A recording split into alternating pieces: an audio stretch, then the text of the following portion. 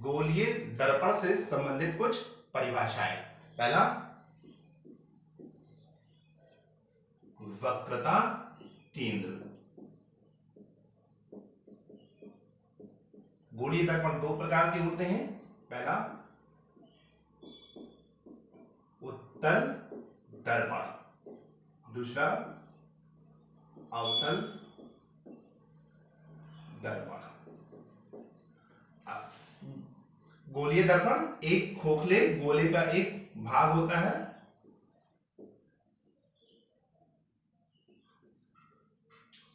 जिसका एक पृष्ठ पॉलिश कर दिया जाता है और दूसरा पृष्ठ परावर्तक तल की तरह व्यवहार करता है। तो अगर हम गोले का अंदर धंसा हुआ हिस्सा पॉलिश कर दें तो ये दर्पण उत्तल दर्पण कहलाएगा, और अगर गोले का उभरा हुआ हिस्सा पॉलिश कर दें और अंदर धंसा हुआ हिस्सा परावर्तक तल की तरह व्यवहार करे तो ये दर्पण अवतल दर्पण कहलाता है। M1 M2 जो दर्पण की लंबाई है और M1 M2 ये एक दर्पण की लंबाई है, ये दर्पण का द्वारक कहलाएगा। M1 M2 क्या है? दर्पण का द्वारक है। अब ये गोलीय दर्पण है, ये एक गोले का भाग होता है।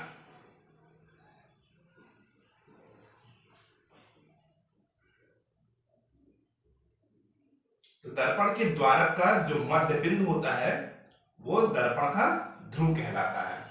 M1 M2 ये भी दर्पण का द्वारक है, बिंदु P इसका ध्रुव हो गया। अब ये गोलीय दर्पण एक गोले का भाग होता है। इस गोले का, जिस गोले से काटकर गोलीय दर्पण बनाया गया, उस गोले का जो केंद्र होता है वो वक्रता केंद्र कहलाता है।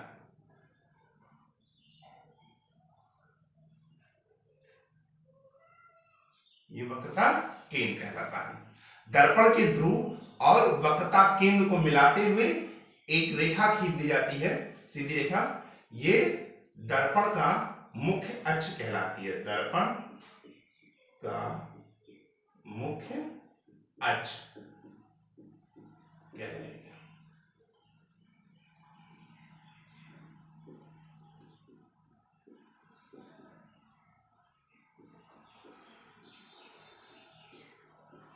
अक्ष कहलाती है। दूसरा टॉपिक है इसमें वक्रता त्रिज्या। तो गोलीय दर्पण जिस गोले का भाग होता है उस गोले की त्रिज्या वक्रता त्रिज्या कहलाती है। इसको हम R से रिप्रेजेंट करते हैं। या दर्पण के ध्रुव और वक्रता केंद्र के बीच की दूरी दर्पण की वक्रता त्रिज्या कहलाती है।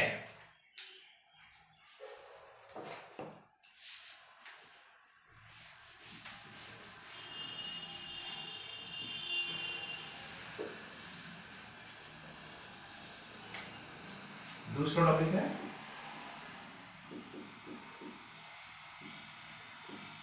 दर्पण का फोकस तथा फोकस दूरी। दर्पण का फोकस तथा फोकस दूरी।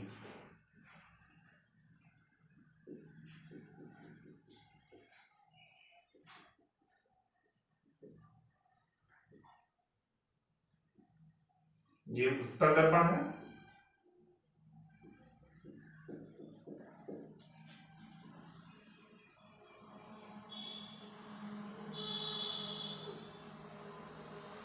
M1 M2। अब इसका हम उभरा हुआ हिस्सा पॉलिश कर दें तो ये दर्पण अवतल दर्पण कहलाएगा। अवतल दर्पण। इस दर्पण का मध्य बिंदु दर्पण का ध्रुव कहलाता है। दर्पण का केंद्र, वक्रता केंद्र, इसको मिलाते हुए एक रेखा खींच दें तो दर्पण का मुख्य अक्ष कहलाएगी, मुख्य अक्ष।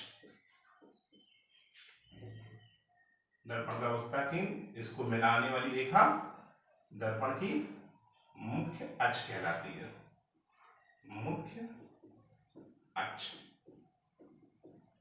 मान लिया कि कोई प्रकाश किरण, अवतल दर्पण के मुताबिक कोई प्रकाश किरण मुख्य अक्ष के समांतर है, तो मुख्य अक्ष के समांतर आने वाली प्रकाश किरण,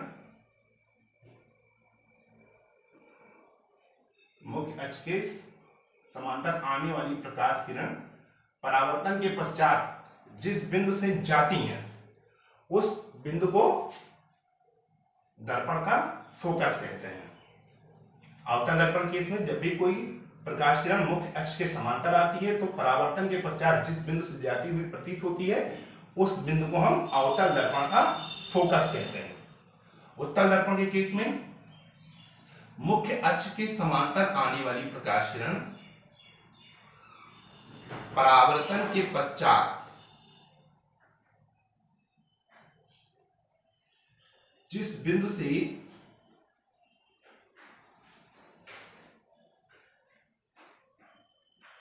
जाती हुई प्रतीत होती है, या कह सकते हैं जिस बिंदु पर मिलती हुई प्रतीत होती है उस बिंदु को हम उत्तल दर्पण का फोकस कहते हैं।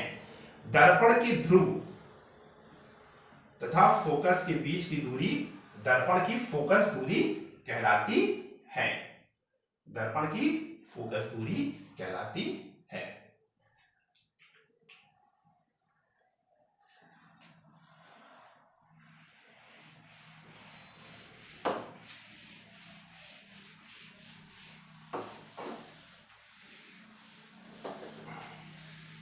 नेक्स्ट टॉपिक है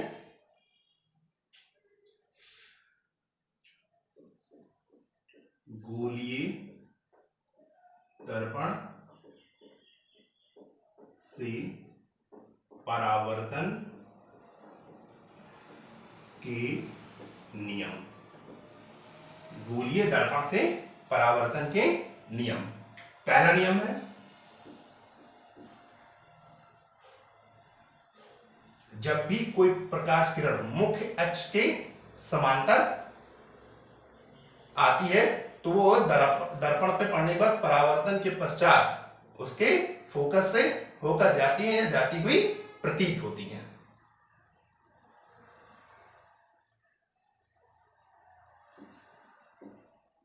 M1 M2 ये एक उत्तल दर्पण है, ये दर्पण का ध्रुव है, ये दर्पण का वक्रता केंद्र है। मान लिया एक प्रकाश किरण मुख्य अक्ष के समांतर आकर उत्तल दर्पण पर पड़ रही है तो परावर्तन के पश्चात ये इस दिशा में मुड़ जाएगी। इसको जब हम पीछे की ओर बढ़ाएंगे तो ये फोकस से होकर जाती हुई प्रतीत होती है। ये पहला नियम है। अवतल दर्पण के केस में देखेंगे अब इस प्रॉपर्टी को।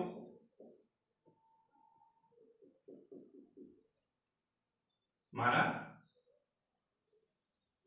M1 M2 एक अवतल दर्पण है, इसका मध्य बिंदु इसका ध्रुव कहलाएगा, इसका केंद्र वक्रता केंद्र कहलाएगा। अब एक प्रकाश किरण मुख्य अक्ष के समांतर आ रही है तो मुख्य अक्ष के समांतर आने वाली प्रकाश किरण परावर्तन के पश्चात जिस बिंदु से होकर जाती है उसको हम फोकस कहते हैं। तो पहला रूल कहता है जब भी कोई प्रकाश किरण मुख्य अक्ष के समांतर होती है तो परावर्तन के पश्चात वो दर्पण के फोकस से होकर जाती है या जाती हुई प्रतीत होती है। दूसरा नियम है जब भी कोई प्रकाश किरण दर्पण के फोकस से होकर जाती है तो परावर्तन के पश्चात वो मुख्य अक्ष के समांतर हो जाती है। यहां पर एक प्रकाश किरण है उत्तल दर्पण के केस में वो फोकस से होकर जाती हुई प्रतीत हो रही है, परावर्तन के पश्चात वो मुख्य अक्ष के समांतर हो जाती है। अब अवतल दर्पण केस में मुख्य अक्ष के समांतर एक प्रकाश किरण आ रही है, परावर्तन के पश्चात वो फोकस से होकर जाती है। दूसरा रूल है, अगर कोई प्रकाश किरण फोकस से होकर जा रही है तो परावर्तन के पश्चात वो मुख्य अक्ष के समांतर हो जाती है। दर्पण के ध्रुव और फोकस के बीच की दूरी को दर्पण की फोकस दूरी कहते हैं।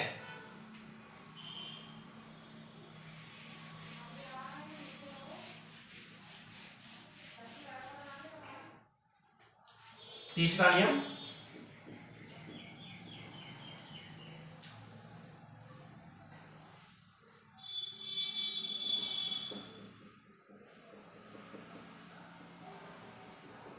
तीसरा नियम कहता है कि जब भी कोई प्रकाश किरण वक्रता केंद्र पर आपतित होती है या आपतित हुई प्रतीत होती है तो परावर्तन के पश्चात वो उसी पथ पर वापस लौट आती है।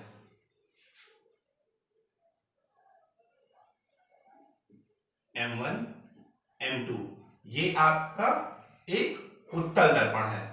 उत्तल दर्पण पे केस में अब ये एक प्रकाश किरण है, ये वक्रता केंद्र से होकर जाती हुई प्रतीत हो रही है, तो परावर्तन के पश्चात ये इसी पथ पर वापस लौट आती है। अवतल दर्पण के केस में देखेंगे इस प्रॉपर्टी को।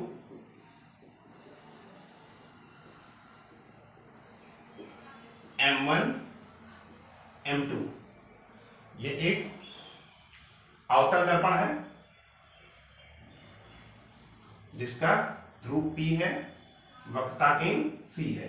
अब एक प्रकाश किरण वक्रता केंद्र से होकर इस पर पड़ रही है तो परावर्तन के पश्चात ये इसी मार्ग पर वापस लौट आएगी। जिस पथ पर गमन करती है उसी पथ पर वापस लौट आती है।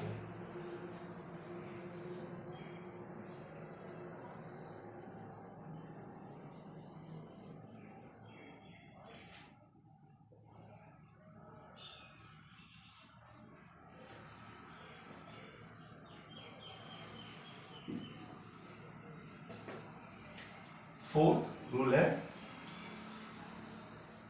यदि कोई प्रकाश किरण दर्पण के ध्रुव पर आपतित होती है तो परावर्तन के पश्चात आपतन कोण के बराबर कोण बनाते हुए उसी माध्यम में वापस लौट जाती है।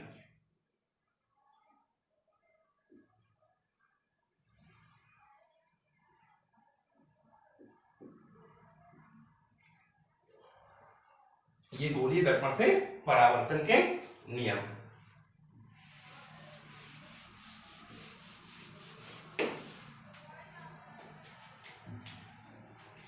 दर्पण की फोकस दूरी तथा वक्रता त्रिज्या के बीच में एक संबंध होता है, F is equal to R/2।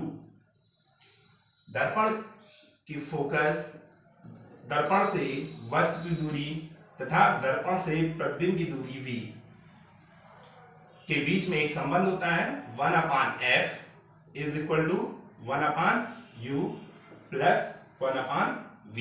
इसको दर्पण की फोकस दूरी और दर्पण के से वस्तु की दूरी तथा दर्पण से प्रतिबिंब की दूरी के बीच में संबंध बताता है, जहां F फोकस दूरी,